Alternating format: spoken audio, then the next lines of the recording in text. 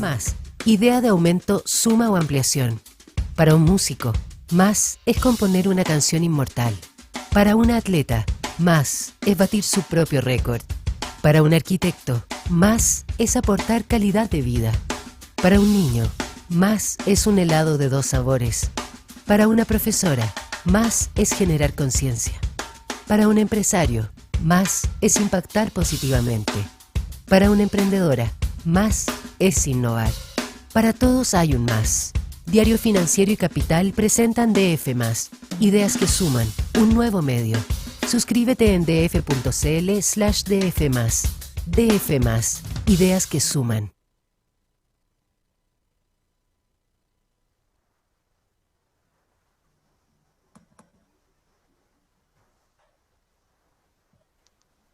Hola a todos, muy buenos días. Encantado de estar con ustedes esta mañana.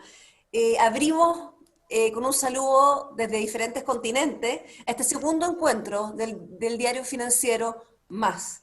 Les quiero contar que me gustaría hoy día darme la licencia de partir con un sesgo periodístico y abrir esta jornada con titulares. Hace 2 semanas, un titular nos contaba que la empresa chilena, The Notco Company, que conocemos todos, hablamos del Notco, del rubro de la foodtech, de productos preparados con innovación tecnológica, cerró una exitosa ronda de financiamiento que logró recaudar 85 millones de dólares, convirtiéndose así en la startup chilena con mayor inversión extranjera. Entre las personas que están apostando por Notco está Bill Stone, cofundador de Twitter. Ahora vamos a este domingo, otro titular. Orca Bio, un unicornio que, si bien no está fundado por un chileno, tiene mucha raíz en nuestro país porque la empresa fue cofundada por un ingeniero de la Universidad Técnico Federico Santa María, que estudió en Chile, Iván Dimov, que produce terapias celulares en California y que acaba también de hacer un fuerte levantamiento de capital para desarrollar un fármaco que va a reemplazar los trasplantes de médula. La compañía ya, como decíamos, está en nivel unicornio. Y esta misma mañana, cuando preparábamos este encuentro, nuestros socios y amigos de La Tercera titularon que un startup de socios chilenos se fusionó con EOLX Group y una nueva empresa nació fuerte, Vende tu auto. Es una gran noticia en un día como hoy. Y podría seguir así toda la mañana. La verdad es que en nuestra actualidad, este país que tenemos, que está tan dolido, que ha estado pasando momentos tan difíciles, parece que nos cambia el ánimo cuando vemos que en Chile y en el mundo hay personas que están apostando por un país mejor, apostando por innovación y apostando por enfrentar esta pandemia con toda la creatividad y la fuerza, y yo diría incluso con una valentía, porque en tiempos así dan ganas, claro, muchas veces de esconderse, de dejar pasar el tiempo, de darle un espacio a lo que está pasando y decir más adelante lo hago. Nosotros muy humildemente también creemos que tenemos algo de este ADN emprendedor cuando hace algo más de 2 meses lanzamos este producto DF+. Era completamente diferente a lo que habíamos hecho durante 30 años. Nosotros nos embarcábamos en un trabajo de lunes a viernes que había ido profundizándose hacia muchos aspectos, pero el fin de semana era un terreno para nosotros desconocido. Y nos tiramos con este DF+, y aprovecho de agradecer muy de corazón a todo el equipo y a todas las personas que nos leen y nos siguen. Así que ahora con esta introducción, que espero les haya transmitido la energía que hay y la fuerza que el Diario Financiero le está poniendo a este tema, les quiero presentar a las personas que hoy día nos acompañan, que les van a ir viendo en pantalla y que se van a sumar a este encuentro. Parto por presentar a Andreas Pierotic, cofundador y presidente de Andes Capital Partner, que se conecta con nosotros desde Beijing. A Komal Datlani, fundadora y directora de Lab4U, que ha incursionado en el mercado norteamericano y que me va a tocar entrevistar en un ratito más. A Leonardo Álvarez, que es CEO y cofundador de Protera, que ahora se conecta a nosotros desde París. Y finalmente, mi gusto es compartir este evento en la moderación con María José López, la editora y jefa de DF+.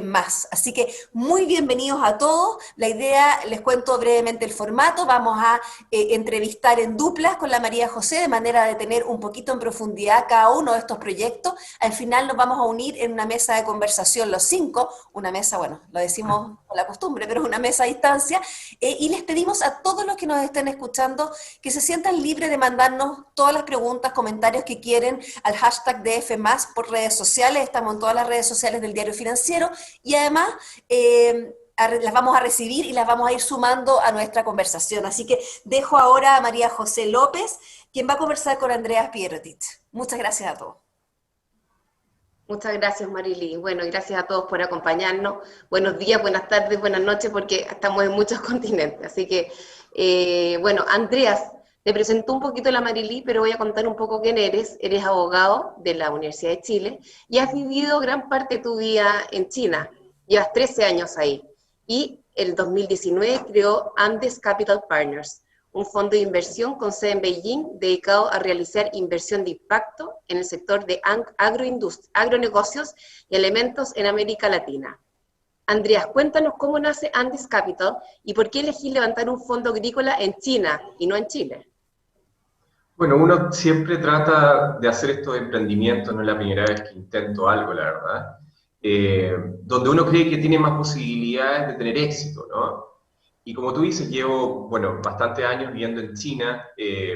Me vine para acá el año 85 con mis papás, estuve hasta el 88, después volví el 92 al 96, estudié acá, y finalmente, bueno, hice una carrera en la Dirección Económica de la Cancillería, en todo lo que tiene que ver con Tratado de Libre Comercio. Me nombraron agregado comercial en 2014, y ya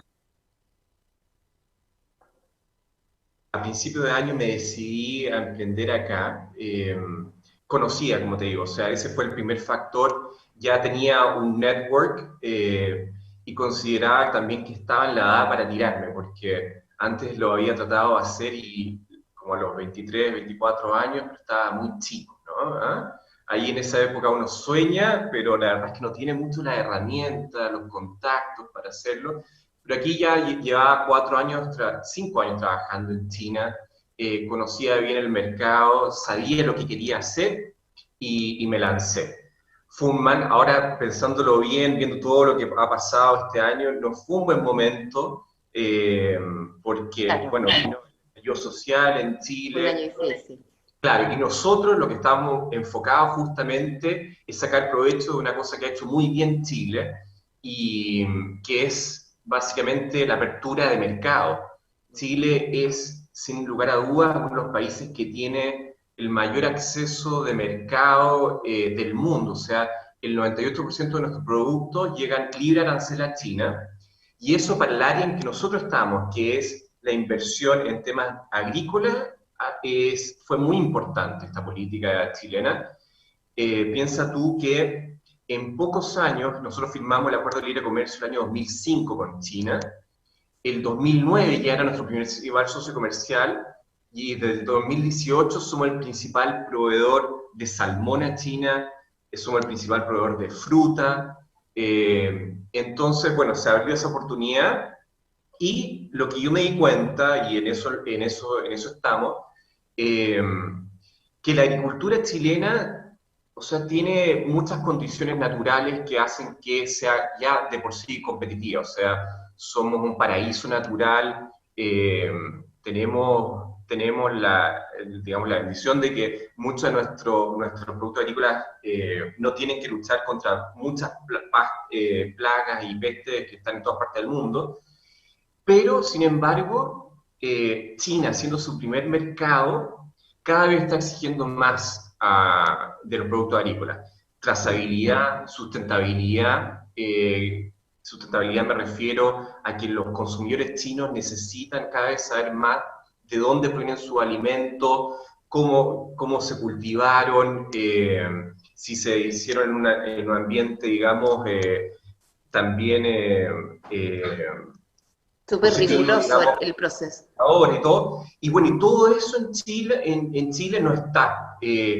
Hay muy poca tecnología involucrada en el campo chileno.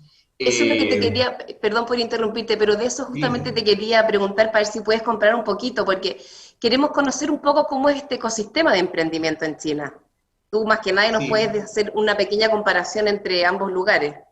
Claro, lo que pasa es que China es muy conocido en Occidente por ser la fábrica del mundo. Y efectivamente, China, por por 30 años fue la fábrica del mundo, pero hace como 6, 7 años atrás se dieron cuenta que ese desarrollo de las manufacturas chinas, que se dio básicamente en base a inversión extranjera y en base también a deuda pública que contrajo el Estado chino y que repartió a través de sus bancos estatales, y ya estaba muy limitado. Y lo que se hizo fue impulsar una segunda ola de desarrollo que en base justamente a las empresas tech y a la innovación. De hecho, no sé si te fijaste, pero en agosto China superó a Estados Unidos como el primer país en R&D, Research and Development. En este momento ahora representa 19,9% de los papers científicos del mundo. Entonces, hay una política clara del gobierno chino en ese sentido. Por ejemplo, hace 3 años se estableció una ley de incentivo para las empresas de inversiones. Hoy en China hay 22.000 empresas solamente dedicadas a buscar proyectos en qué invertir. Y para eso tienen exenciones tributarias y demás. Y bueno, y aquí se crean 12.000 startups al día, María José. Impresionante. Entonces, hay mucha competencia, pero en mi caso estoy en un nicho muy específico y por eso me atreví, ¿no? Claro que sí. Y tú me contabas antes de la entrevista algo muy interesante también, que precisamente los emprendedores tecnológicos tuvieron un rol y han tenido un rol muy relevante en el tema del COVID en China. Sí, si nos puedes contar un poquito, bueno, leemos las noticias y lo vemos, pero es distinto cuando se vive dentro de ese país. Sí, mira, María José, para empezar, a mí no me ha tocado hacer cuarentena. ¿Ah? Aquí todas las cuarentenas, salvo en Wuhan, fueron voluntarias. ¿Ah? La gente le pidieron que no saliera a la casa y dejó de salir. O sea, distintos factores culturales, también la gente tiene redes de protección para hacerlo, pero para mí ha sido muy, muy importante por el momento en el que estoy en mi vida, o sea, que la economía ha sido funcionando. Y te digo, o sea, en China, en este momento no hay ninguna preocupación por el COVID. Y tiene mucho que ver con la capacidad tecnológica de trazabilidad. Yo sé que esto es polémico en Occidente, pero aquí es como respirar, o sea, es lo más natural del mundo. Aquí en China todo el mundo tiene smartphone, para empezar, María José, o sea, prácticamente no hay nadie sin smartphone. Entonces uno va a un mall o va a un restaurante y antes de entrar, con el celular uno tiene que escanear un código QR. Y eso te sale verde y te sale tu cédula de identidad. Y con eso entra. Entonces la gente ya en Beijing casi no usa máscara y la gente está trabajando y todo está funcionando. Y eso ha sido porque han desarrollado estos sistemas de Big Data y todo que pueden ser un poco polémicos en Occidente. Pero aquí la gente es muy práctica y la gente quiere trabajar y quiere desarrollarse y están dispuestos a solucionar el problema del COVID así, ¿no? O sea, básicamente con una trazabilidad absoluta. Y bueno. Sí, lamentablemente tengo que hacer una última pregunta para pasar al otro panel, pero quería preguntarte, ¿cuál es el impacto de tu emprendimiento en China y en Chile? Si es que lo puedes contar y si es que estás de acuerdo con aquellos emprendedores locales que dicen que se van afuera de Chile porque aquí no hay mucha inversión de riesgo para los emprendedores. Sí, partiendo por lo segundo, yo creo que comparto en parte. Yo conozco a hartos inversionistas en Chile que están apoyando emprendimientos muy interesantes y que están asumiendo riesgos, pero depende del sector también, ¿no? Y efectivamente Chile es un mercado muy pequeño. Para lo que yo estoy haciendo no me hubiera servido. ¿Por qué? Porque la agricultura es un sector muy tradicional en Chile. La gente está muy cómoda, acostumbrada a cómo se hacen las cosas en el campo y no voy a poder levantar este fondo para tecnologizar la agricultura chilena. Eso es imposible. Y claro, yo quiero generar un impacto en el sentido de hacer más competitivos los productos que estamos exportando a nuestro primer mercado del mundo, que es China. Por eso el vínculo, por eso levanto plata en China, me asocio a empresas tecnológicas en China para invertir en Chile y aplicar esa tecnología al campo chileno. O sea, creando una cadena de valor, digamos, que se quede también en Chile. O sea, Así que no, eso es lo que estamos tratando de hacer, básicamente agregarle tecnología al campo chileno, con tecnología china y con capitales chinos, aprovechando el link que tenemos con el mercado chino, la demanda que tenemos acá, y ojalá, digamos, que estos campos pilotos que vamos a hacer puedan servir de inspiración a otros empresarios agrícolas más tradicionales para hacer el upgrade. Perfecto. Muchas gracias, Andreas. Después vamos a seguir conversando contigo. Ya tenemos algunas preguntas de los chats, así que damos paso a Marilí, que va a hablar ahora con Comal. Muchas gracias, María José y Andrea, súper interesante escucharlo, sobre todo esperanzador ver que en ciertas partes del mundo el tema COVID está un poco menos arriba que como está acá en Chile. Yo quiero partir para representar a Comal con una historia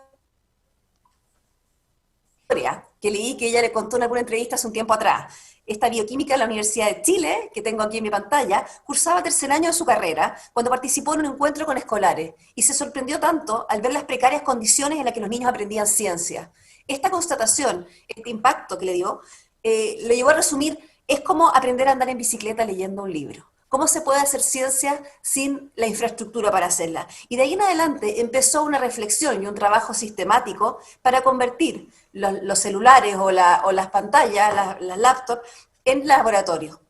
La idea de ella es que usar sensores como el sonómetro con el que mandamos WhatsApp de voz para estudiar la intensidad y la frecuencia, la cámara de la selfie, también para la trayectoria de movimiento. Así que lo que hizo fue finalmente llevar el laboratorio a muchas partes. Hoy están 20 países con 100.000 estudiantes que han tenido acceso a estos experimentos en su mano sin necesidad de un tremendo laboratorio. Así que muy bienvenida, Comal, gracias por sumarte a esta conversación. No, muchas gracias a ti por la invitación, muy contenta de poder compartir con todos ustedes hoy día que estamos en distintas partes del mundo, muy feliz. Comal, yo creo que es un excelente minuto para hablar contigo porque parte de lo que tú has hecho es despegar el aula física de la parte cognitiva y eso es precisamente lo que estamos viviendo en muchos países a medida que los colegios están teniendo que mantenerse en pausa la parte presencial. Cuéntame tú que has estado viendo ese tema, ¿cómo reaccionó el sistema educacional en general a la necesidad de salir de la sala de clase? Claro, gracias Marilyn por esa pregunta, porque nos toca directo al corazón, porque al igual que la salud y la educación marca la vida de tantas personas, ¿no? O sea, vemos en las noticias, es el Ministerio de Salud hablando, el Ministerio de Economía y el Ministerio de Educación hablando porque está afectando la vida de muchos. Y lo que ha hecho esta pandemia y lo que ha hecho el COVID es acelerar los procesos de educación tecnológica. Lamentablemente en Latinoamérica y en Chile hemos estado muy, muy atrás en todo lo que es innovación educativa, desde el punto de vista de implementación de tecnología para el aula. Entonces, a los profesores esto los trajo de sorpresa, no a todos, habían muchos que sí estaban preparados, pero a muchos colegios y a muchos profesores esto lo tomó de sorpresa. Se habla mucho del online learning, ¿no? Pero el online learning tiene ciertas estructuras, tiene ciertas metodologías, diseño instruccional, y lo que al final fue como emergency remote teaching. O sea, no con un diseño instruccional, porque no es lo mismo tomar una clase en Zoom, por ejemplo, la misma clase que uno tenía con el pizarrón y pasarla por Zoom. El diseño y la metodología tiene que ser distinta. Y lo que nosotros creemos en Lab4U para democratizar la ciencia y cambiar la forma en la que se enseña ciencia es cambiar por completo la metodología para que se aprenda haciendo, para que podamos inspirar a esta fuerza laboral del mañana. Ahora, Comal, ¿cómo se hace eso cuando hay una restricción en la formación de los profesores y también de los alumnos? De alguna manera, ¿cómo acelerar un proceso que de por sí parece bastante trabajoso? Porque es rediseñar, como decías tú, la manera de educar. Claro. Es que es trabajoso y es multifactorial, o sea, no hay solamente un factor. Nosotros hemos trabajado con profesores en Chile, en México, en Estados Unidos y vemos las diferencias, ¿no? Hay un grupo de profesores muy, muy motivados que le vamos a aprender a utilizar el Zoom, el Hangouts, el Google Classroom y damos, y hay otros que no han estado preparados. Entonces, para nosotros es muy importante entrenar a los profesores, lo que llamamos desarrollo profesional docente, porque al final es el profesor el que inspira a los estudiantes. Yo nunca dije, la página 235 de ese texto escolar me cambió la vida, ¿no? Nunca decimos... Pero esa diapositiva me cambió la vida. No, es el profesor el que te inspira a ver las cosas de una forma distinta y te cambia la vida. Y nosotros tenemos que pensar en desarrollar habilidades, no en aprendernos fórmulas de memoria. Entonces también tenemos que hacer una reestructura del currículum.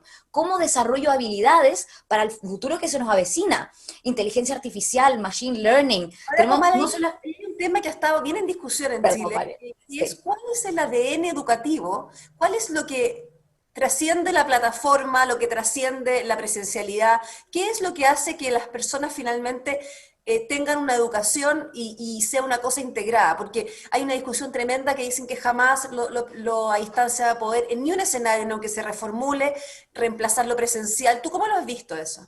Sí, es que hay como dos lados de la moneda, ¿no? Hay cosas que definitivamente tienen que pasar presencial, o sea, el cariño que se genera en un grupo humano es muy difícil lograrlo en la virtualidad, aunque tenemos que crear esas instancias, ¿no? Por ejemplo, escuchaba a un líder de un distrito en Estados Unidos que el profesor, para poder conectar con los estudiantes, tuvo que agendar llamadas de 15 minutos con los 100 estudiantes. En vez de tener una hora con todo, tuvo que agendar llamadas de 15 minutos porque necesitaba esa conexión humana que tanto necesitamos, ¿no?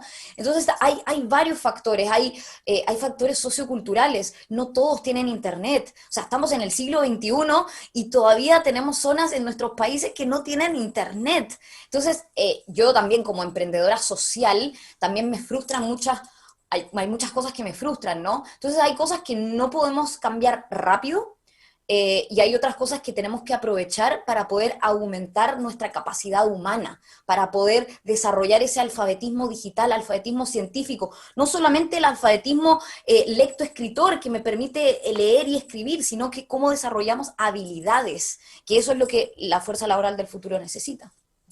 No sé, Marilyn, ¿cómo te ha pasado a ti? O sea, ¿cómo tú tienes hijos? O sea, ves a los chicos en el colegio, ¿cómo lo estás viendo tú?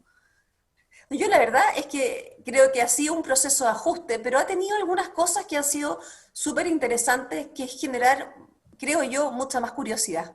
O sea, a mí lo que me ha pasado, le tiendo a buscar el lado positivo, pero veo que lo no presencial genera una curiosidad y una autonomía que yo creo que va a ser muy positiva a largo plazo. Claro. Tomás, yo te escucho hablar con entusiasmo de estas aplicaciones y estas herramientas educativas que estás entregando a través de artefactos que tenemos la mayoría de las personas, pero yo escuché tu historia para atrás, fue muy difícil partir con esto, fue muy difícil que esto tomara, me da la impresión a mí que la idea la tuviste clara desde el principio, pero que tomara una escala que permitiera hacer un negocio, eso fue más difícil. Escuché un podcast, El Valle de los Tercos, que es Sí. Vale, donde tú decías que llegaste a Estados Unidos con un pequeño capital, pero el primer tiempo fue un desastre total y fue una dificultad cuesta arriba. Cuéntame un poquito. Sí, sí, ahí hay varias realidades. Muchas veces los emprendedores tenemos miedo de contar los fracasos, ¿no? Y los fracasos son parte del emprendimiento.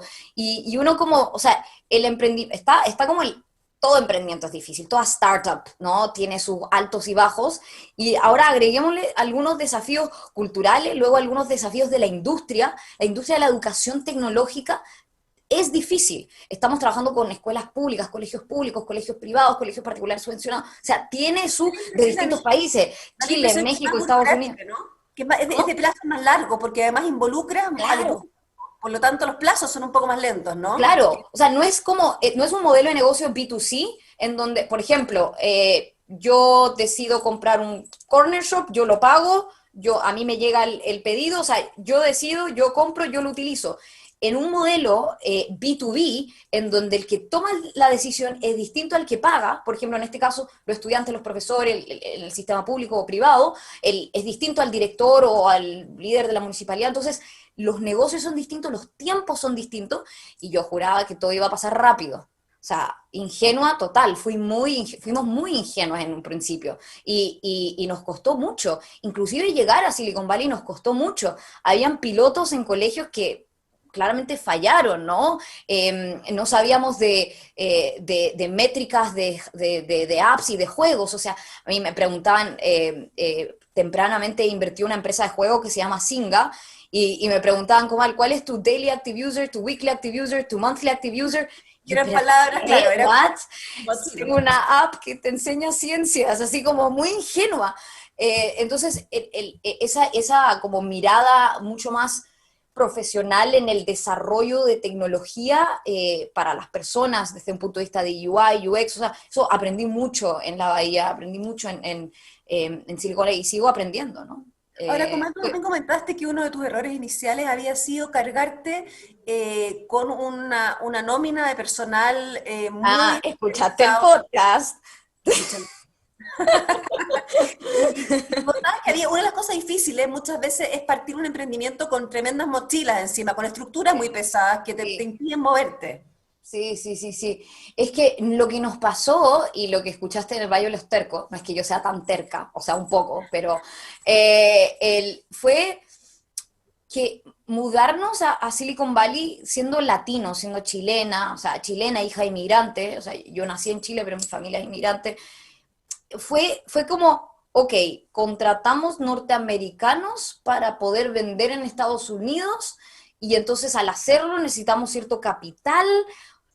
No, es que vas a necesitar a norteamericanos que conozcan todo el tema de educación, que sean nativos, o sea, fue todo un tema de fit cultural y al final lo que nos pasó es que el equipo de Chile no tenía un fit cultural con lo que ese entonces era el equipo de Estados Unidos, ¿no? Entonces hoy día, cuando contratamos, nos aseguramos de que hay un fit cultural. No importa dónde, Chile, México, Estados Unidos. O sea, hoy día tenemos equipo en Chile, México y Estados Unidos. El fit cultural es para mí lo más importante. O sea, no, por ejemplo, el equipo hace las entrevistas, el equipo de desarrollo, educación hace la entrevista, pero la última entrevista, aunque sea un practicante, yo la hago porque para mí es muy importante ese fit cultural, ¿no? Porque al final eso es lo que va a hacer que uno trabaje más allá de la misión social, ¿no? O la misión del negocio, ese fit cultural entre las personas es muy importante. Comal, tengo una última pregunta que me manda un auditor que nos está escuchando, Daniel, me pregunta si tú miraras para atrás, ¿volverías a tomar la decisión de saltar hacia Silicon Valley o habrías armado tu empresa desde Chile? Me dice que te lo pregunta porque hace una semana uno de los fundadores de Corner Shop alentó a las empresas, a los startups chilenos a mirar el tiro a nivel global. Hay varias cosas acá.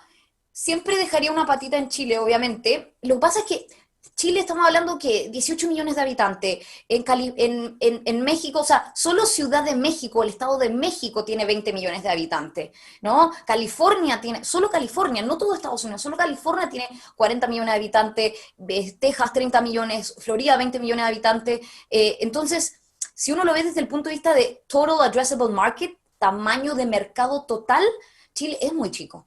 O sea, Chile es un muy buen lugar para validar el modelo, validar el producto, pero si uno quiere escalar un negocio, tiene que pensar más allá, Latinoamérica, Estados Unidos, o sea, partiendo por Latinoamérica que tenemos más afinidad sociocultural, ¿no? Y por eso nosotros también estamos en México, donde vemos un mercado potencial importante. Entonces, desde el punto de vista financiero y económico y de impacto también, Chile es muy importante. Nosotros queremos llegar a todas las escuelas de Chile, queremos ayudar a los chilenos para que puedan tener este alfabetismo científico y tener los trabajos del futuro que nos puedan hacer crecer como país, como economía. Pero sí, desde el punto de vista económico hay que pensar más allá. O sea, no me arrepiento de haber pensado global, o sea, partir local, pero pensar global desde ya. Muchas gracias, Comal. Muy interesante, seguiremos conversando porque están llegando otras preguntas para ti que lo hacemos en el panel final. Bueno, vale. Hay mucho interés en el tema ciencia. Le paso el paso a María José para que entreviste a Leonardo, que ya van a estar en pantalla. Muchas gracias, Marily. Muchas gracias, Comal. Muy entretenida la conversación. Leonardo, ya te presentamos brevemente, pero lo vamos a hacer de nuevo. Leonardo está en Chile todavía. Está por partir a Francia, pero lo hace a fin de mes, si no me equivoco. Exactamente. Sí, ¿Cierto? Noticia en desarrollo, así que ahí nos vas a contar un poquito tus planes. Leonardo Álvarez es CEO y fundador de Protera Bio. Es ingeniero en biotecnología de la Universidad Andrés Bello. En 2014 creó Protera, una startup que a través de la inteligencia artificial permite crear nuevas proteínas que dan posibilidad de obtener alimentos más nutritivos y sustentables en el mismo tiempo, ¿cierto? un tema muy de moda en este minuto. Y recientemente, otra noticia, levantaron una ronda de 5,6 millones de dólares con Sofinova, sus partners en Francia, donde él mismo se va a instalar ahora a fin de mes. Así que, Leonardo, cuéntanos.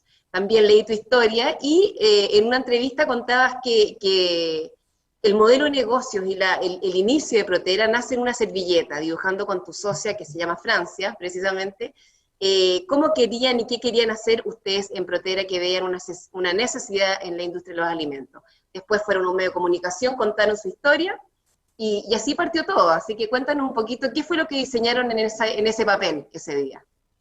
Exactamente. Muchas gracias por la invitación. Primero, María José, genial compartir con estos emprendedores de nivel internacional, es súper inspirador. Así que, no, buenísimo. Gracias a ti. Con respecto a la pregunta, claro, nosotros partimos con una mirada súper científica. Mi background es académico, entonces yo partí en un laboratorio, ¿verdad?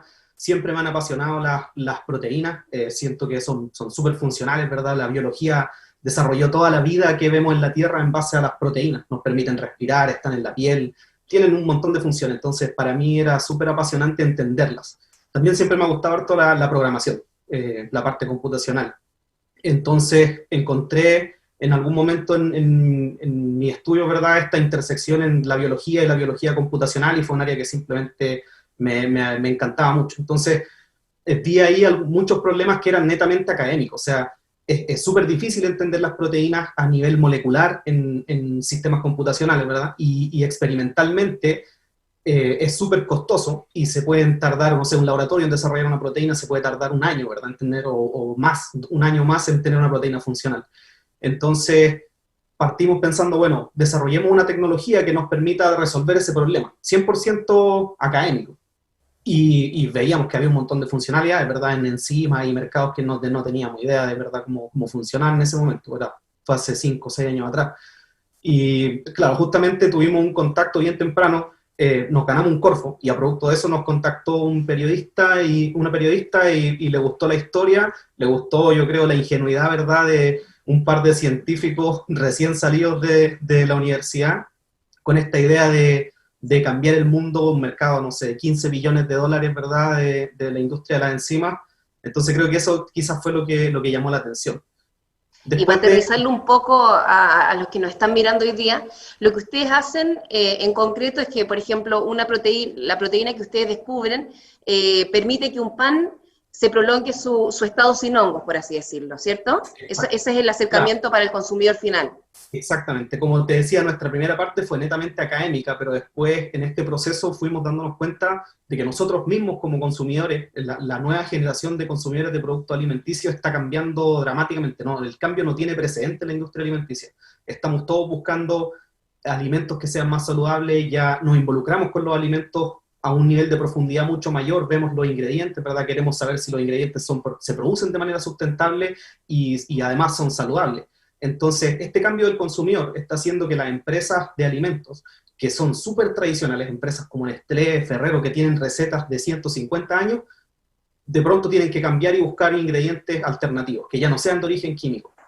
Entonces, no tienen alternativas funcionales. Y ahí nosotros es donde tomamos proteínas, ¿verdad?, identificamos proteínas que son funcionales y que son capaces de tener una funcionalidad incluso mayor que los productos químicos que existen actualmente. Y como tú bien mencionabas, uno de nuestros primeros productos es una proteína que permite extender la vida media del pan. Nuestra visión es de que las proteínas van a jugar un rol súper fundamental en la sustentabilidad de nuestra sociedad. Entonces, un punto importante a atacar es cómo disminuir el desperdicio de alimentos. Nosotros globalmente perdemos 1/3 del alimento que producimos globalmente, y la mayor parte se pierde por contaminación con hongos, ¿verdad? Ese típico hongo que sale en el pan que uno compra en el pan de molde, ese hongo verde, y los ingredientes que se ocupan ahora, los preservantes, son de origen químico. Entonces la gente ya no los quiere, y eso genera un desbalance entre que, bueno, yo soy una compañía, tengo que producir alimentos sin preservantes, porque ya la gente no quiere preservantes químicos, entonces pierdo mucho más alimento incluso antes de que la gente lo compre. Y eso nosotros ya no podemos, estamos en un punto en nuestra sociedad que ya no podemos seguir teniendo ese impacto ambiental. Entonces ahí nosotros desarrollamos esta proteína, que es una proteína natural, nosotros la podemos digerir, ¿verdad? Y es capaz de extender la vida media incluso más de 30 días en la industria del bakery, de la manufactura de pan. Eso cambia completamente los paradigmas que tenía esta industria, porque las alternativas químicas preservan hasta 12 días. Entonces es una forma de demostrar de que efectivamente la proteína, algo natural, es mucho más efectivo que una alternativa química.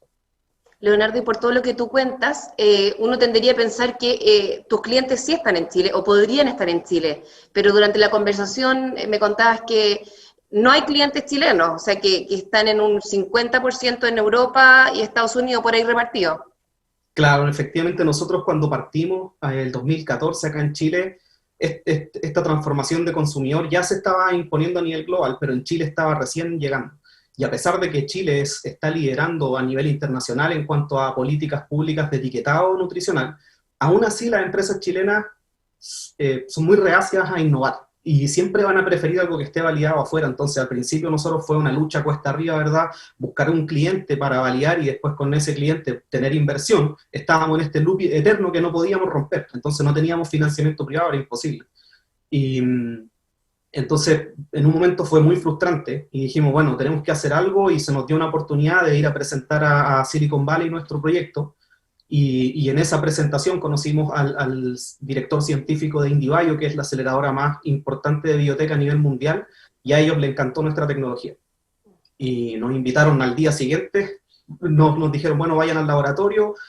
Nosotros ya, bueno, fuimos al laboratorio en San Francisco de IndieBio y dijeron, ¿saben qué? Nos encanta su proyecto, queremos invertir $250.000.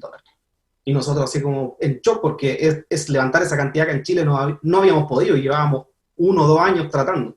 Y allá de un día a otro ya teníamos un term sheet, ¿verdad? Con los términos y todo, y pues bueno, ya nos venimos entonces a San Francisco sin dudarlo, y ahí nos dimos cuenta en verdad cómo compañías internacionales sí están dispuestas a aceptar esta innovación. Y ese yo creo fue un cambio, pero radical en nuestro modelo de negocio y en el futuro de la startup.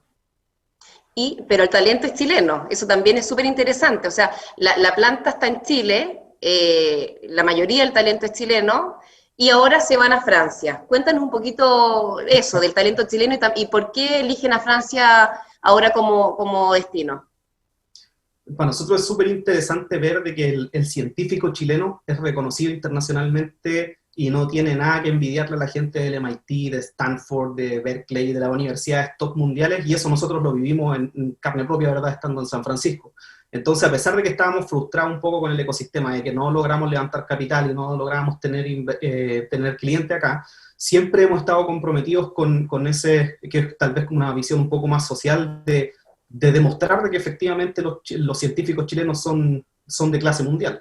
Y claro, en este proceso, convencer inversores de Estados Unidos, de Francia, de que nuestro equipo va a estar en Chile, el equipo que desarrolla el R&D, que desarrolla la tecnología, ¿verdad?, y que la exporta, que es súper raro. Nosotros tenemos nuestro centro de investigación está en Chile, tenemos 20 académicos principalmente, PhD, ¿verdad?, con máster en bioquímica, en inteligencia artificial, etc. Exporta la tecnología y luego la manufactura se hace en Europa. Y eso es súper extraño, porque normalmente uno lo esperaría en el sentido contrario. Entonces, yo creo que de eso nos sentimos súper orgullosos, de haber logrado convencer a inversionistas de categoría mundial de que esto es posible. Y lo otro que te quería que contaras un poquito de la plataforma MADI, que es la plataforma, como ustedes le llaman, a esta inteligencia artificial. ¿Cómo funciona? ¿Cuál es la gracia? ¿Y qué están planeando para el futuro? Porque entiendo que ya se viene algo que podría revolucionar el mercado de las carnes vegetales, que hoy día está súper de moda en Chile, ya lo comentó la Marily con el tema de Notco. Entonces ustedes entiendo que están preparando una proteína que podría ser súper útil en ese mercado. Exacto, nosotros, como ya lo repetimos varias veces, pero nuestra base central, y ya no me canso de decirlo y estamos súper orgullosos, es la tecnología. Nosotros hemos desarrollado un algoritmo de inteligencia artificial, tenemos papers publicados al respecto, tenemos patentes también de la tecnología, que nos permite entender cómo funcionan las proteínas, pero a un nivel de su estructura molecular. Y con eso, y entendiendo todas las proteínas que existen en la naturaleza, ¿verdad?, nosotros entrenamos este algoritmo y luego somos capaces de predecir la función que va a tener X proteína. Entonces, no sé, por ejemplo, si queremos encontrar una proteína que tenga propiedades emulsificantes, nosotros podemos ir a buscar en nuestra base de datos e identificar cuál es la mejor proteína emulsificante. ¿Es como el Giuseppe de Notco, una cosa así, como para buscar un símil? Exacto, pero la diferencia es que Notco lo que hace es desarrollar recetas para producir alimentos. Nosotros lo que hacemos es desarrollar ingredientes. Y creo que estamos súper alineados con este nuevo cambio de mercado, de que se necesitan nuevos productos que sean plant-based y que requieren de otros ingredientes que no existen, ¿verdad? Entonces nosotros estamos llenando ese gap, que es desarrollar estos ingredientes que van a permitir que estos productos tengan la performance que se busca. Entonces, como tú bien mencionabas, en estas carnes vegetales, ¿verdad?, de envase a planta, algo fundamental y que todavía falta desarrollar es la textura, para poder atraer a este público que le llaman los flexitarians, que son gente que come carne, pero que sí estaría dispuesta a cambiarse a una dieta en base a plantas si es que las propiedades organolépticas son las mismas. Ahí lo que falta es la textura. Entonces nosotros estamos desarrollando una proteína que es capaz de cambiar la textura de los ingredientes vegetales y que se puede ajustar, ¿verdad? Y permite además que se reduzcan los costos, porque también eso es parte de nuestra visión. Estos ingredientes más saludables y más sustentables tienen que ser de acceso para toda la población, no solamente para los mercados más premium, ¿verdad? Y para eso hay que disminuir los costos de producción, y esa es la ventaja que tienen las proteínas, que son tan eficientes que con una poca cantidad se puede generar el impacto que se desea. Así que, claro, estamos trabajando fuerte en proteína de textura, en esta proteína para extender la vida media, y tenemos ahí un pipeline de productos bien interesante que esperamos ya comenzar a sacar al mercado en los siguientes 12 meses, porque la principal limitante, o el por qué nos tardamos tanto en salir al mercado, es porque hay temas regulatorios detrás que no se pueden acelerar. O sea, esto no es como un software. Paso a paso. Exacto. Entonces, los procesos regulatorios no se pueden bypassear. Nosotros queremos que la gente confíe en estos nuevos productos, ¿verdad? Eso es lo principal. Y para eso hay que seguir estos guidelines regulatorios. De hecho, también por eso nos reubicamos a Francia, porque hay mucha más experiencia en Europa en general en la manufactura de este tipo de nuevos ingredientes y además las regulaciones son súper exigentes ahí. Ya, perfecto. De esto vamos a seguir conversando, Leonardo, en el panel, porque ahora tenemos que conversar entre todos. Seguramente Marilí, Andreas y Comal también quieren conversar contigo y hacerte unas preguntas. Así que vamos al panel completo. Muchas gracias por tu participación.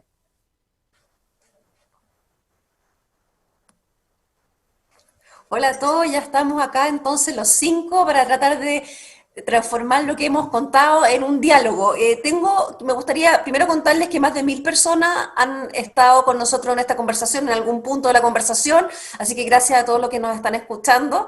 Y también quiero partir con una pregunta de una de las auditoras, Carolina, que está interesada también en seguir adelante con un proyecto que tiene, y quiere preguntarles a ustedes cómo el financiamiento de la startup o de la innovación se ha visto afectado por la pandemia. Ella dice que siente que hay mucha pausa en algunas áreas. Sin embargo, quería preguntarle a ustedes, si quieren parto por Andreas, ¿cómo has visto tú la fuerza de inversión en estos proyectos? ¿No te escuchamos? Andreas, yo creo que apagaste el audio. Ahí estamos. Sí, de todas maneras, yo creo que la pandemia ha afectado a todo el mundo, eso está clarísimo. En el caso de China, ¿qué es lo que pasa? A mí no me afectó mucho el levantamiento del fondo porque los chinos tienen una limitante natural, y es que tienen casi el 20% de la población mundial, pero 6% de la tierra arable del mundo y 7% de las reservas de agua. O sea, ellos necesitan alimentos, necesitan invertir en alimentos. La guerra comercial en cierta forma nos favoreció un poco, porque los chinos ya no pueden ir a invertir tan fácilmente a Estados Unidos, ni a Australia, ni a Nueva Zelanda. Entonces, en mi caso específico, o sea, no me afectó. Pero yo lo tengo clarísimo acá, o sea, que tengo amigos en otros sectores que, si bien aquí hay 17.000 trillones de dólares en capitales privados buscando inversiones, la gente sí está más conservadora, porque China es una economía conectada al mundo y por lo tanto sus mercados externos están afectados y por lo tanto hay preocupación y se ha paralizado, sí. Comal, ¿cuál es tu experiencia en un tema como educación, donde los plazos, como tú decías, son largos? ¿Ha afectado y ves tú ser más conservador, como nos comentaba Andrea? Claro, aquí está pasando algo contrario.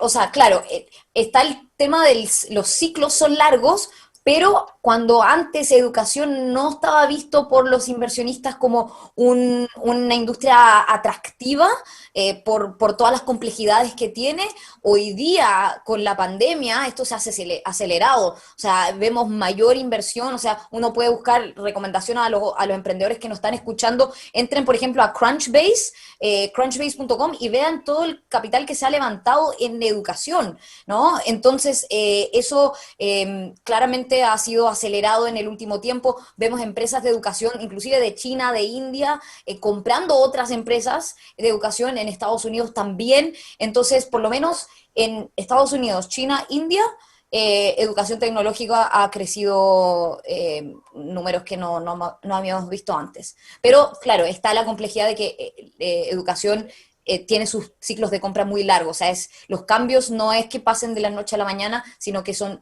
meses y ciclos más largos. Eso no cambia. No, pero es interesante ver cómo ese sector y probablemente el de salud también han visto... Claro, como todo lo que es health tech, ed tech, está creciendo. Sí, totalmente de acuerdo con Comal y solamente añadir de que efectivamente yo creo que algunos sectores se vieron muy, muy golpeados. Nosotros tenemos inversionistas cercanos que tienen inversiones específicamente en turismo, por ejemplo, donde obviamente ellos fueron los que recibieron la mayor parte del impacto, pero sin embargo, educación, estoy totalmente de acuerdo con Comal que la inversión está aumentando. En el sector de biotecnología, el boom ha sido pero increíble verlo, y en alimentación también, porque finalmente la gente perdió la confianza en los sistemas de manufactura tradicionales, porque ya sabemos de que hay varias hipótesis que dicen de dónde puede provenir, ¿verdad?, el origen de los coronavirus. Entonces la gente está desconfiando de la manufactura tradicional de alimentos y se está cambiando, y eso obviamente dirige el capital de inversión hacia alternativas. Entonces creo que hay sectores que se beneficiaron y otros obviamente que se vieron bastante impactados. Oye, Leonardo, by the way, solamente soy vegana, así que estoy muy contenta con todo lo que estamos haciendo. Oye, el aumento de veganos en pandemia ha sido súper notorio. Y aquí tengo una pregunta está abierta, el que quiere la toma. Una persona que quiere emprender en apps, ¿a qué fondos de capital o qué pasos le recomiendan ustedes para conseguir financiamiento?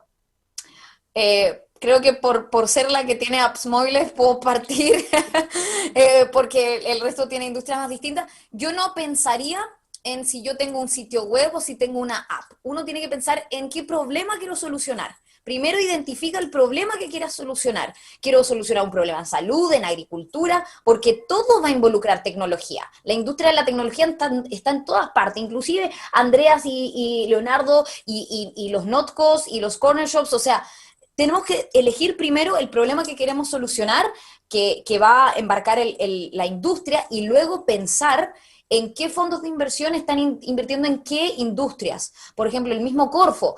¿En qué industrias está invirtiendo Corfo? Ya, impacto social, el fondo tanto está invirtiendo en financial technology, fintech, agrotech. Entonces, antes de decir en apps, preguntarse qué problema quiero solucionar y en qué industria me apasiona, ¿no?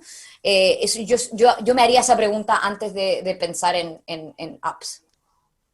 Andreas o Leonardo, ¿algún consejo también de ese tipo, ya sea apps o pasos para conseguir financiamiento? ¿Cómo se logra? Que al final es lo más difícil a veces para algunos emprendedores.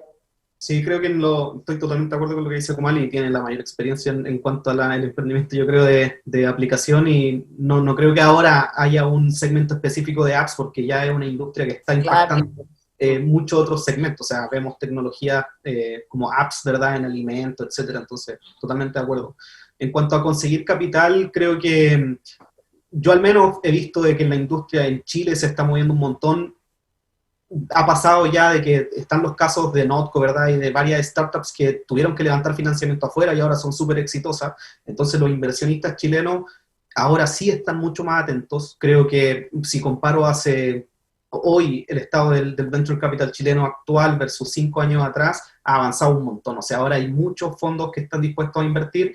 Tienen ciertas limitaciones, pero creo que ahora sí ya cambió un poco la mentalidad. Entonces, salir a buscar inversión en Chile, totalmente recomendado, pero siempre con una visión global, finalmente. Creo que eso es lo fundamental, porque, como se decía anteriormente, el mercado chileno es muy pequeño en volumen, ¿verdad? Tenemos capital humano súper bueno, capacitado y todo. Entonces, tener un pie acá siempre es recomendable, pero siempre apuntar a mercados internacionales. Finalmente, el esfuerzo que va a requerir para un emprendedor hacer algo local en Chile es básicamente lo mismo que le va a requerir por ir a buscar un mercado internacional. Entonces, mejor apuntar al tiro, jugársela en grande que partir local. ¿Algo que sumar, Andrea, o estás de acuerdo con...? No, estoy de acuerdo. Ya. Yo creo que no tengo mucho que agregar ahí. Ya. Quizá Andreas lo ve un poco de la perspectiva del inversor, igual eso sería interesante. Sí, pues, eso es interesante porque tú estás totalmente metido en el mundo de los que ponen las plata, las lucas al final. O sea, no, sí, nosotros básicamente, efectivamente, estamos de los dos lados de la moneda, porque nosotros levantamos un fondo agrícola, o sea, también tuvimos que salir a buscar capitales, y claro, nosotros ahora elegimos los campos específicos que están dispuestos a seguir esta línea, digamos, de la sustentabilidad y la trazabilidad que está exigiendo el mercado chino. O sea, solamente les quiero explicar un poco. Básicamente ahora el consumidor chino, y tiene que ver con lo que decía Leonardo, ¿no? La viejita que va al supermercado acá, ahora lo que espera que en la lechuga que ella compra, que viene con la bolsa plástica, ella pueda escanear un código QR en la lechuga y ella pueda ver la foto del campo donde se cultivó eso, cómo se transportó. O sea, el consumidor exige mucha información. Entonces yo creo que efectivamente, como decía Comal, o sea, ya todos los sectores van hacia la tecnología.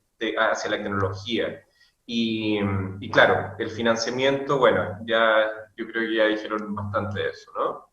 Oye, Andreas, pero, perdón, ¿qué buscan tus LPs de Curiosa?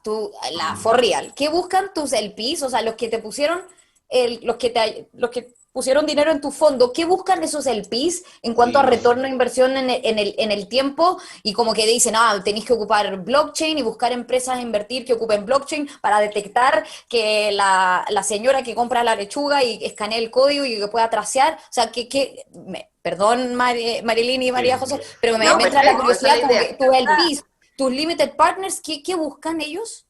Ellos buscan retorno, pero no son LPs bien especiales, no son socios financieros, sino que son socios estratégicos. Están upstream en la cadena de valor. Entonces son dos tipos de empresas tecnológicas que quieren básicamente exportar su tecnología. Por ejemplo, tenemos un inversionista en el caso de los drones.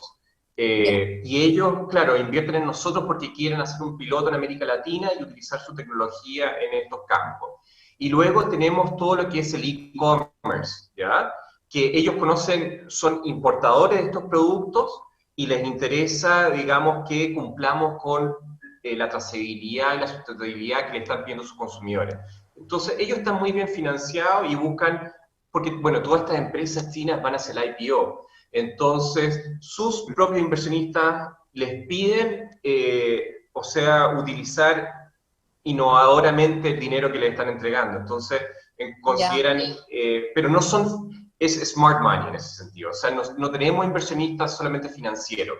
Y por eso se nos hizo más fácil. O sea, estamos hablando con gente que conoce el mismo lenguaje, ¿no? Pero sí, son mucho más exigentes que en Occidente. Ellos quieren retornos de 30%, en 4 años, no en 10. O sea, muy exigente. Esa era mi pregunta. ¿Cuál era el tiempo del retorno que buscan? Decía 4 años. 4 años. O sea, en 4 años tenéis que... Wow. El éxito. Sí. Y la posibilidad de que entren... No, perdón, ¿y el IPO en China, así como Hong Kong Stock Exchange, o IPO en Nueva York, así? Bueno, ese es un tema súper, porque ustedes, fueron a Silicon Valley y todo, ¿cierto? Porque, está Nasdaq, y ahí es donde se listó Alibaba, JD, empresas grandes chinas. Claro, pero ahora los chinos se asustaron y están creando su propio Nasdaq, que se llama el Star Market. Y básicamente eliminaron el requisito principal, el obstáculo principal por el cual las empresas chinas tecnológicas se iban a listar a Estados Unidos, que era básicamente que tenían que mostrar números azules. Ahora las empresas tech chinas no van a tener que mostrar números azules y por lo tanto se van a empezar a listar acá. Y muchos apuestan a que empresas tech chinas se van a deslistar en Estados Unidos y se van a listar acá. Wow. y están apostando a eso, porque ahora de los unicornios del mundo, 117 son chinas, 76 son norteamericanas. De las 10 más grandes unicornios en este momento del mundo, de 10, 7 son chinas. Entonces están apostando a que esas se van a listar acá. Y Ahora, están creando, así que van a tener más oportunidades, como te vas a poder listar en China acá. Me está preguntando un auditor que está conectado, me pregunta, en base a lo que ustedes están conversando, ¿ustedes creen que el futuro emprendedor va a estar en China precisamente por este acceso a grandes fondos y además por la posibilidad, como decías tú, de empezar a tener un mercado financiero competitivo en Hong Kong y en Shanghái? ¿Qué creen ustedes? Tal como el fondo del emprendimiento de los 2000 fue claramente en Estados Unidos, ¿podríamos ver que la gran fase ahora? Sí, yo creo que está ocurriendo algo súper interesante ahora con la pandemia, que muchas startups se están dando cuenta o se están preguntando, ¿por qué tengo que estar en ese lugar? ¿Por qué tengo que estar en Silicon Valley? ¿Por qué tengo que estar en China específicamente? Si ahora hay una mirada que puede ser mucho más global, ¿verdad? O sea, no es necesario estar físicamente en algún lugar. Yo creo que algo que se comenta mucho es sobre cómo muchas compañías, muchos emprendedores que estaban ahora en Silicon Valley, con todo el tema de la pandemia, Silicon Valley perdió el valor agregado que tenía. O sea, ya no están ocurriendo estas reuniones constantemente con inversores, entonces muchos se fueron. Y lo que se habla es de que este mercado que concentraba todas las startups que estaban en Estados Unidos, ¿verdad? Ahora se fragmenta y van a empezar a aparecer hubs en distintas partes del mundo. Creo que Latinoamérica definitivamente va a ser uno. Chile es súper interesante, entonces... Leonardo, ¿cómo se compite para hacer un hub ahí, desde el punto de vista de un país chico? ¿Cómo se compite para lograr generar en un país suficiente ecosistema? Oye, esa es una buenísima pregunta, pero es difícil de que alguien tenga la respuesta correcta. Yo creo que todo lo que han estado tratando de hacer, y no solamente en Chile, sino en distintas partes del mundo, es copiar el modelo de Silicon Valley. Y no ha resultado para nada, porque finalmente eso se creó por un montón de variables que es imposible replicar en otro lugar. Yo creo de que... Pero Leandro, podemos tener algunos insights. O sea, por ejemplo, para ti, Francia, ¿qué insights te da Francia? Tú dijiste el tema de la regulación. O sea, podemos tener algunos insights, ¿no? Ya, capital humano. Efectivamente, yo creo que ese es algo que va a guiar un poco de qué tipo de hub va a ser. En Europa, por ejemplo, la manufactura, la fermentación es algo que era interesante para nosotros. Creo que en Chile, no sé, va a ser una mezcla entre políticas públicas, ¿verdad? Como Corfo, que recién ahora se está empezando a ver el impacto que generó, ¿verdad? De algo que se implementó hace muchos años atrás y ahora se está viendo el impacto. Y también del sector público de mostrar privado, perdón, de mostrar de que necesitamos un ejemplo de un unicornio que se haya creado desde cero, ¿verdad? Desde esta startup que parte en el garage y genera, no sé, 5.000 empleos, ¿verdad? En Chile y que exporta tecnología. Y entonces cuando se den estos dos variables, la gente va a decir, bueno, es posible, lo puedo hacer, tengo acceso, ¿verdad? No está solamente limitado a un solo sector socioeconómico, cualquiera puede tener la posibilidad de emprender, y acá está mi ejemplo, o varios ejemplos. Creo que eso va a hacer que se forme este hub en Chile específicamente. Tipo Mercado Libre Argentina, que es un... Exacto. O sea, Yo tener creo que iconos, totalmente de acuerdo, y quería agregar una cosa. Yo creo que es muy importante justamente que se abran este tipo de espacios y que se hable lo cool que es el emprendimiento tecnológico, porque en Chile, bueno, estamos pasando un mal momento y todo, y yo creo que si uno ve, por ejemplo, el espectro político de los políticos jóvenes chilenos, el tema de la innovación y el emprendimiento simplemente no está en su radar, o sea, no les interesa, y no está en los medios ni nada, ¿no? En algunos medios. Claro, no, por eso, pero en general a los políticos jóvenes en Chile no les interesa la innovación, no conocen el lenguaje, no conocen lo que está haciendo. Yo realmente valoro mucho lo que está haciendo Corfo y que Startup Chile sea una política pública que haya durado 10 años. Ojalá que pudiéramos tener una política pública de Estado, así como tenemos política de Estado en política exterior en que nadie cuestiona mucho. Bueno, que se invierta a largo plazo en estos programas de semilla, captar semilla y todo, ¿no? El peso que se tiene al Ministerio de Ciencia y Tecnología ahí no es menor. Exacto. Oigan, importa mucho el apoyo del Estado en esto, ¿no? Esto no se da naturalmente. Por eso, o sea, son Ahora, startups porque Andrea, necesitamos ahora, financiamiento. Andrea, ¿es tan así? Porque es tan así porque todo lo que se generó a nivel de tecnología en Estados Unidos fue más bien poco apoyado por el Estado. Nació, como decía Leonardo Locarat. ¿Será la única manera a través de un fomento estatal o hay algo cultural también, de repente de espacios regulatorios no tan restringidos que genera este boom de emprendimiento e innovación? Ay, yo No, es discrepo los que Estados Unidos. Sí, ¿Sí? porque igual hubo harto incentivo del gobierno hace Sí. muchos años atrás en el Claro, hace sector. 60, 70 años atrás, los primeros VC, por ejemplo, el SBIR Grant que sigue, yo he tratado de postular, pero no he podido, el SBIR Grant Sí, me del parte Small igual. and Medium Businesses de Estados Unidos es como el Corfo, solo que un Corfo mucho más grande, no es un Corfo Ah, pues tiene de la 100 impresión que es millones más de pesos. espontáneo, ¿no? Da la impresión que es más espontáneo, pero quizá ustedes tienen ese insight de que efectivamente hay detrás una maquinaria que va fomentando y moviendo. Y en Claro, Chile claramente los hay. yogures Chobani, los yogures Chobani que hoy día son gigantes y el Halmdi Ulkaya fue con un grant del gobierno, así como un Corfo, y hoy día es Chobani Yogurts, ¿no? Entonces sí hubo inversión pública. y además, o La sea, For You si, también, si somos nos queremos como... poner al día, porque bueno, ya Silicon Valley es lo que es Silicon Valley, Beijing es lo que es Beijing, o sea, necesitamos el apoyo, necesita el apoyo del Estado. Y yo creo que, por ejemplo, el tema de incentivar que se estudie más ingeniería que derecho es muy importante en Chile. O sea, tenemos grandes cerebros esparcidos por el mundo, pero que en Chile no tienen dónde trabajar. Es absurdo, o sea, lo que decía Leonardo es totalmente... Estoy totalmente de acuerdo, o sea, tenemos cerebro increíble en todas partes y no tienen dónde trabajar en Chile. Entonces, por supuesto que se necesita el Estado y ojalá, por ejemplo, en China se está incentivando, se le dan becas absolutas a la gente que estudia carreras científicas y técnicas. Y eso ha incentivado que la gente estudie medio en humanidades, y porque el futuro de China está en la innovación y el tech learning. Y eso es una cuestión pública y tiene que venir del Estado también, ¿no? Andrea, Leonardo y Comal, antes de cerrar, Marily va a cerrar un minutito más, pero les quería hacer una pregunta en relación a lo que nos convoca hoy día y justamente a lo que tú estabas diciendo, Andrea, sobre los cerebros repartidos por el mundo. En el caso particular de ustedes, ¿tienen planes de volver a Chile? ¿Es algo que está absolutamente descartado? ¿Cómo ven ustedes también su desarrollo profesional a futuro?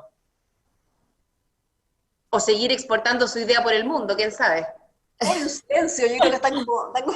Claro, como que no hemos estado tan en la operación y en la ejecución que muchas veces como que hacer esa introspectiva y retrospectiva es más complejo. O sea, yo amo Chile. Bueno, si Leonardo asegura que todo va a ser super plant-based, como así en San Francisco, que hay mucha más comida vegana y plant-based, que yo soy feliz.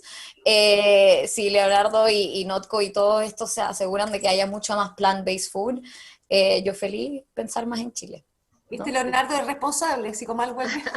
Tienes que encontrarla encima. Yo creo que personalmente nunca nos hemos ido de Chile definitivamente. O sea, me ha tocado, y con Francia, mi cofundadora, estar en Estados Unidos, periodos de 6 meses, 2 años, ¿verdad? Y volvemos porque al finalmente el equipo siempre está acá. Entonces, siento que nunca nos vamos a ir de Chile, ¿verdad? Y la Igual, verdad, no, no, he estado igual, donde vamos a estar.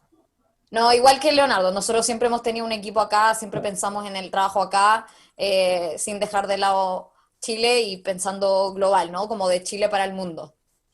Exactamente. Sí, lo mismo para mí, o sea, yo quiero volver a Chile, yo trabajo con Chile, Colombia, Perú y Uruguay, son 4 países de América Latina, y estoy seguro que el futuro de los alimentos del mundo está en América Latina, y mi sueño es volver y todo, y generar buenos proyectos agrícolas tecnológicos en América Latina, y subir al carro a muchos campos, digamos, que están totalmente en el pasado, así que sí, sueño con volver.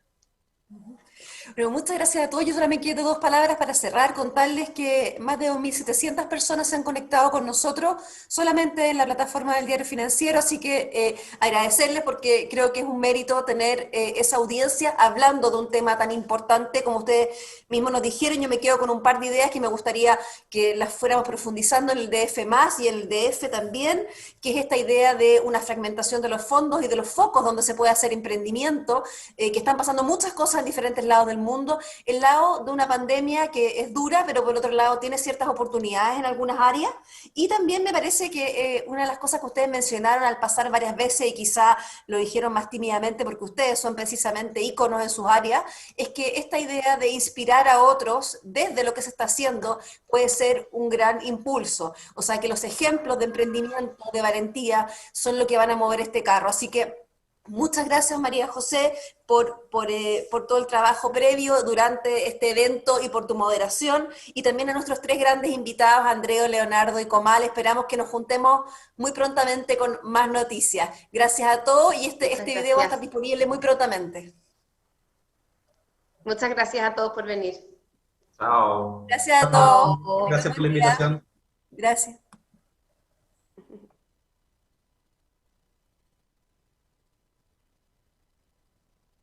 Más, idea de aumento, suma o ampliación. Para un músico, más es componer una canción inmortal. Para un atleta, más es batir su propio récord. Para un arquitecto, más es aportar calidad de vida. Para un niño, más es un helado de 2 sabores. Para una profesora, más es generar conciencia. Para un empresario, más es impactar positivamente. Para una emprendedora, más es innovar. Para todos hay un más. Diario Financiero y Capital presentan DF+, ideas que suman, un nuevo medio. Suscríbete en df.cl/df+. DF+, ideas que suman.